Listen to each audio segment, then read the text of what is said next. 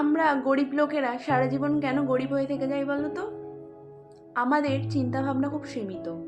কারণ আমরা ধরো মাসে ইনকাম করি 15,000 টাকা। আমরা ভাবি 15,000 টাকাকে কীভাবে খরচ করব। 15,000 টাকা খরচ করে পুরো মাসটা 15,000 টাকার মধ্যে চলে গেলে আমাদের জীবনটা শান্তি স্যালারি পেয়ে যাবো। আর যারা বড় লোক, মানে ধনী, তারা কিভাবে আরও বড় লোক হচ্ছে বলো তো?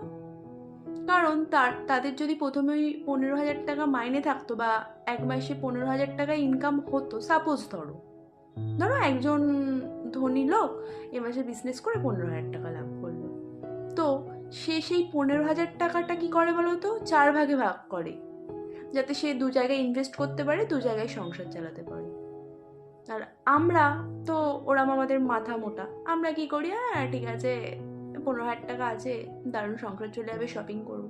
তারা কিন্তু জামা কাপড়ের পিছনে বেশি খরচা করে না, এক্সট্রা জিনিসও কেনে না। তো তোমাদের এটাই বলবো যে এক্সট্রা কেন খরচ করবে? বাঁচাও না, টাকা সেভিংস করো না, ট্রেডিং করো, কত কি আছে। বাই।